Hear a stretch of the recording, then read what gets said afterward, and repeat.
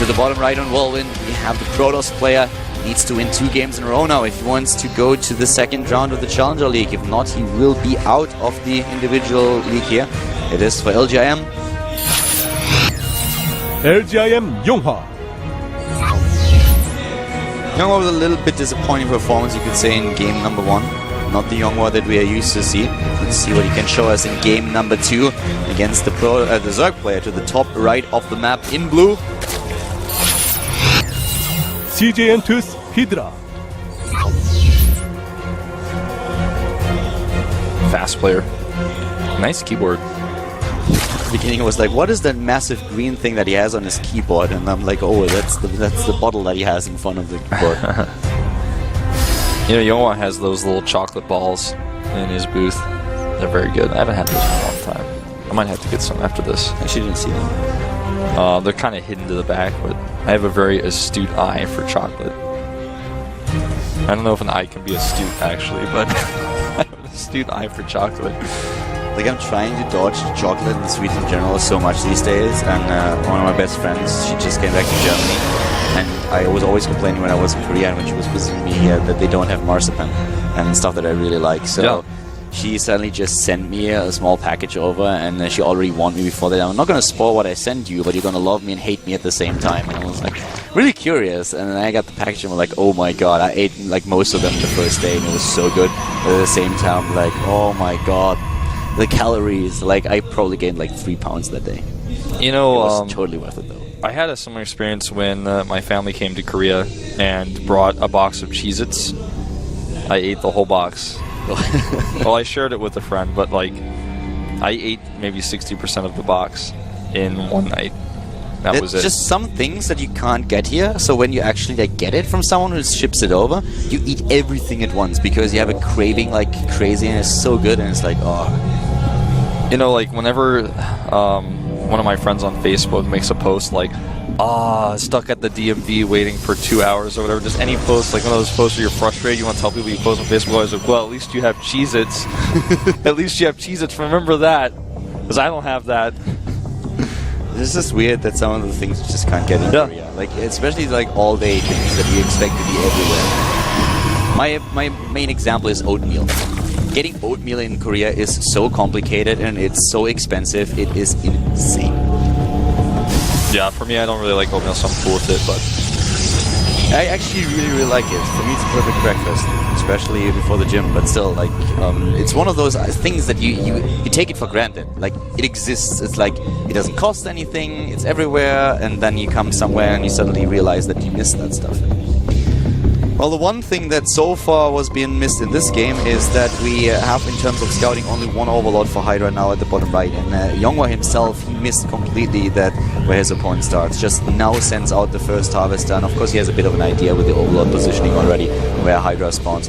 Sees what's going on, will confirm that third base too. And just pretty standard opening again. Also going into the Stargate once more, and we are probably going to find out right now if the Oracle tech is what YongHwa prefers in this game as well, or if he has learned his lessons and goes into Finals. Yeah, you know, I have a feeling we're going to see an Oracle again, but I'm going to make it work, Oracle. Yeah. We will not stop Oracles. We're going to keep making them. We will make this work. The Oracle will deliver. I'm certain.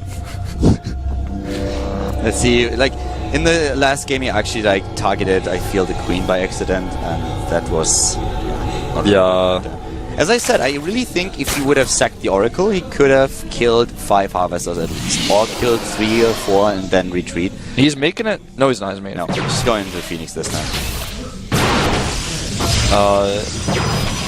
The Overlord here will be cleaned up. What if he makes a Phoenix and then makes an Oracle because the Overlord dies? No. But he did hide what the second unit was. He waited until the Overlord died, and then he made it, so it could, you know, Hydra might be thinking it's a Void Array right now. Yeah. And for Hydra, so far, once again, 3 bases, starting with the Spore Crawlers here, making sure that air is not going to be too much of a problem. Still relying heavily on the queens, of course. Creep spread is starting. He's just establishing once again the control in the map. Overlords and Zerglings everywhere, scouting the entire map. You can see a Zergling at the bottom left right now, having a little bit of a look what's going on, wants to see the third base, even killing the probe here.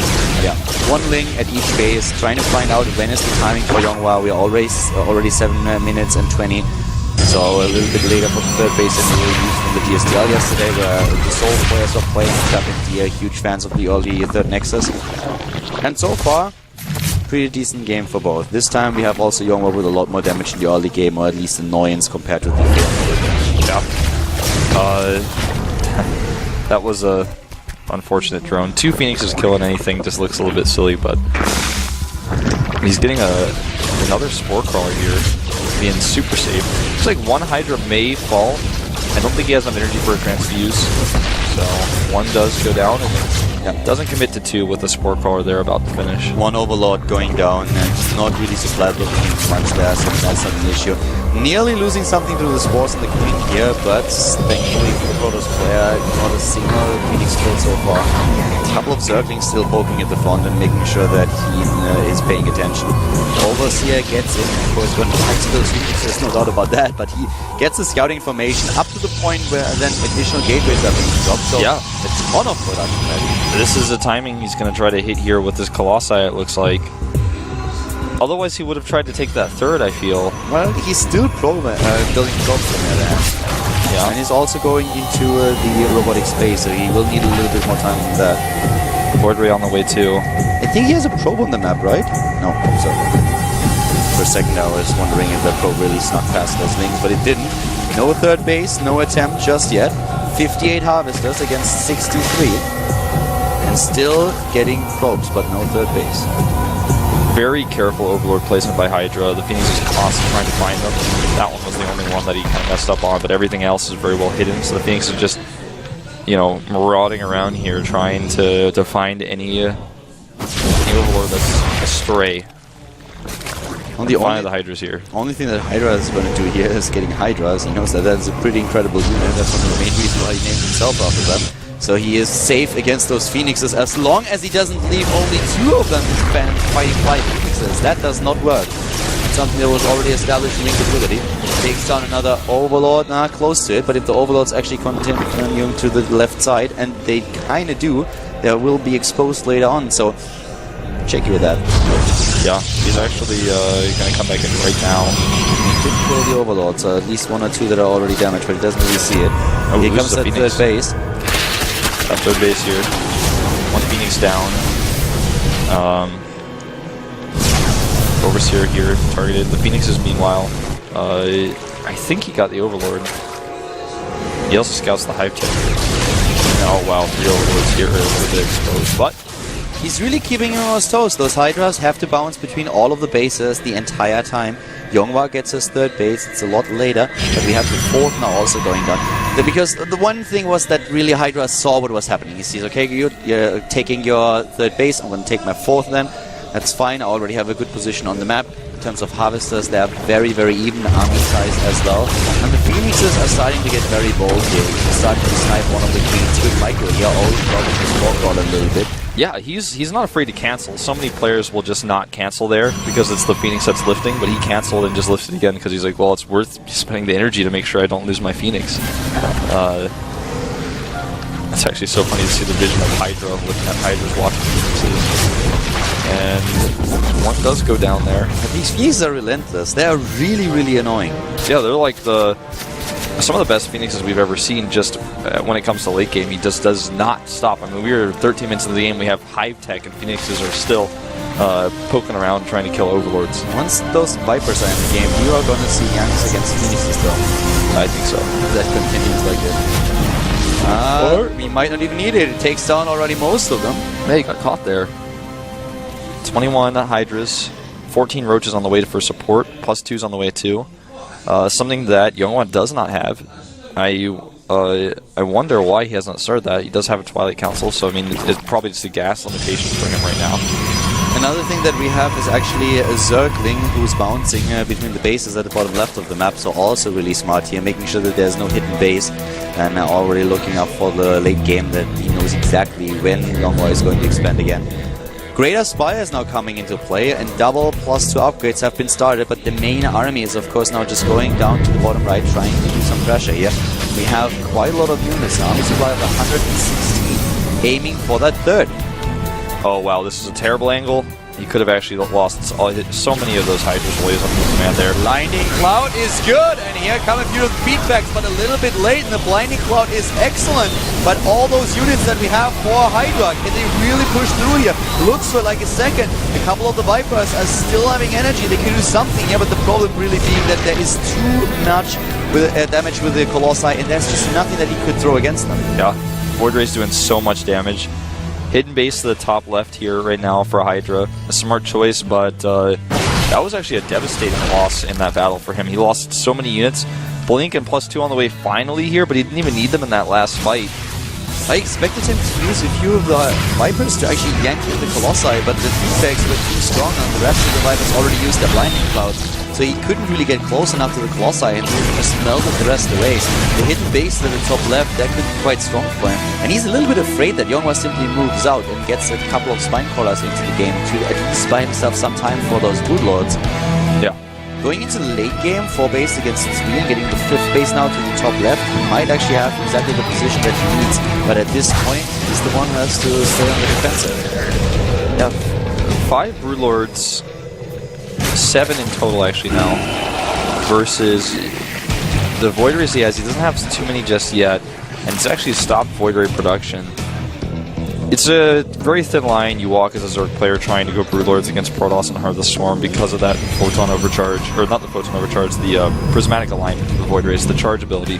Just annihilates anything in the air, and he doesn't have a single Corruptor right now. He's going to need those.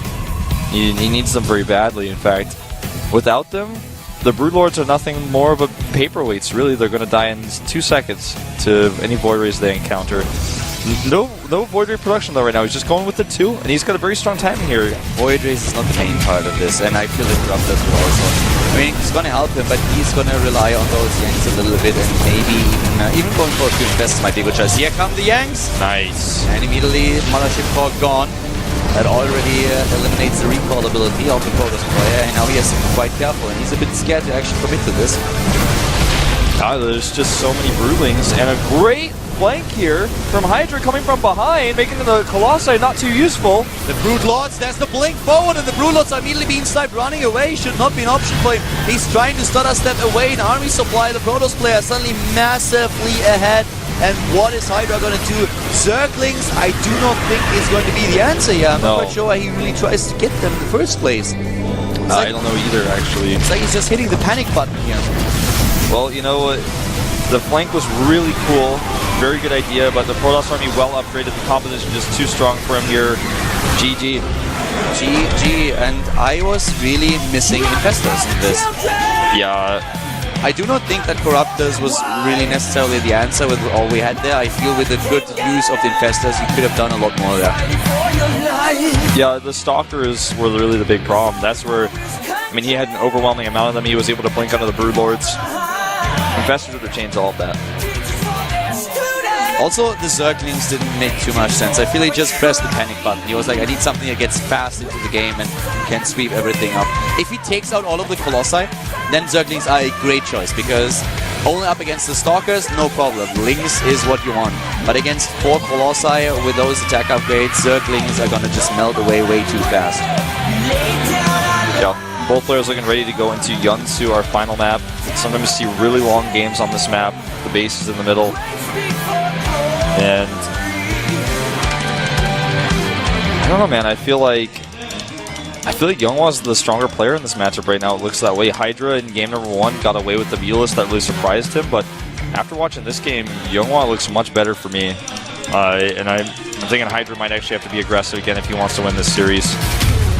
I'm still not quite sold on it yet. YongHwa in the first game made a few mistakes that were very uncharacteristic. Game 2 was much more stable by him. If he gets the same game up again against his opponent,